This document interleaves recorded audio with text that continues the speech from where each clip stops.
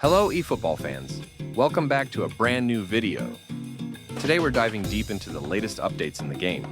And trust me, there's a lot to cover.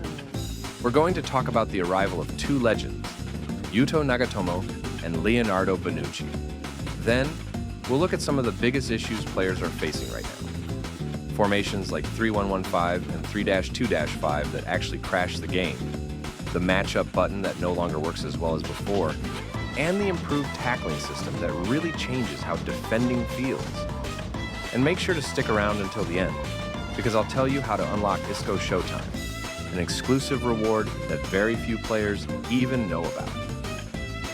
Let's start with the exciting news: new arrivals. Konami has surprised us by adding two players who bring completely different playstyles. First, Yuto Nagatomo, the Japanese legend, ex-Inter Milan fullback, famous for his speed, endurance, and ability to run up and down the flank for the full 90 minutes. In eFootball, he's perfect for players who love counterattacks, wing play, and constant pressing. He gives you both defensive coverage and attacking options. Then there's Leonardo Bonucci, the Italian defensive rock, European champion with Italy, and longtime Juventus leader. Bonucci brings composure, tactical awareness, and pinpoint passing. In eFootball, he's ideal for building from the back and locking down the central defense. These two additions really highlight Konami's push for more diversity.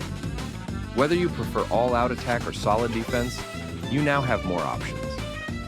But let's move on to the issues. Recently, we've seen ultra-attacking formations like 3-1-1-5 and 3-2-5 introduced. In theory, these are incredible. They let you overload the opponent's box, apply high pressure, and dominate offensively. But in practice, disaster. Players everywhere are reporting that these setups cause the game to crash. We're talking freezes, slowdowns, and even full-on crashes that send you back to the main menu. And the worst part? It often happens during online matches, meaning automatic losses, frustration, and lost points. These formations could have brought amazing tactical variety, but right now they're nearly unusable. Konami really needs to patch this, otherwise a huge part of tactical innovation is being wasted. Next, let's talk about the matchup button. In older versions, this was a defensive cheat code. You pressed it, and your defender stuck to the attacker perfectly, shutting down passing lanes with ease. But now, it just doesn't work the same way. Defenders leave bigger gaps, they don't track attackers as tightly, and they often get beaten too easily, which means relying only on matchup is no longer an option.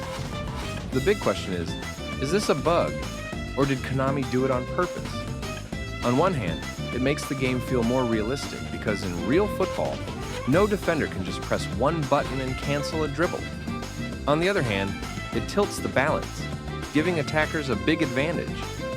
For many players, it feels frustrating, but it could be Konami's way of forcing the community to defend more actively, with pressing, interceptions, and tackles.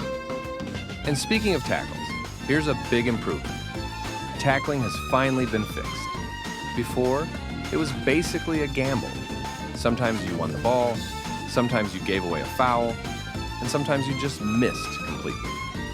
But after the latest update, tackling feels way better. With good timing, you can cleanly win the ball and stop an attack without committing a foul. In one-on-one situations, it makes all the difference. Defenders finally have a reliable tool to win duels, and it makes defending much more satisfying. This change balances things out, especially since the matchup button is weaker now. Tackling gives defenders a skill-based alternative.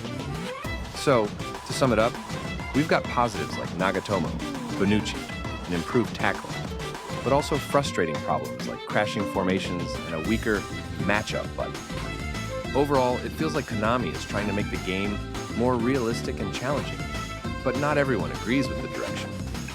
And now, as promised, let's talk about Isco Showtime. A lot of people have been asking how to unlock this special card, and here's the truth. Isco Showtime is an incredible addition. His dribbling, ball control, and creativity make him one of the most fun attacking cards in the game. But unlocking him isn't simple. You can't just wait for an event or open packs. No, You need to be ranked at least in the top 1 million players worldwide. Yes, you heard that right. Only players who reach the global top 1 million ranking can unlock Isco Showtime. That means grinding matches, earning points, and climbing the global leaderboard. Once you cross that threshold, Isco Showtime becomes available, and trust me, he's worth the effort. So there you have it, all the latest eFootball news. What do you think? Is Konami taking the right steps with these updates, or do the bugs and gameplay changes ruin the experience for you? And most importantly, are you going to push for the top 1 million to unlock Isco Showtime? Let me know in the comments below. I'll be reading and responding to your thoughts. And don't forget, drop a like, subscribe, and hit the bell so you don't miss any of the upcoming eFootball updates.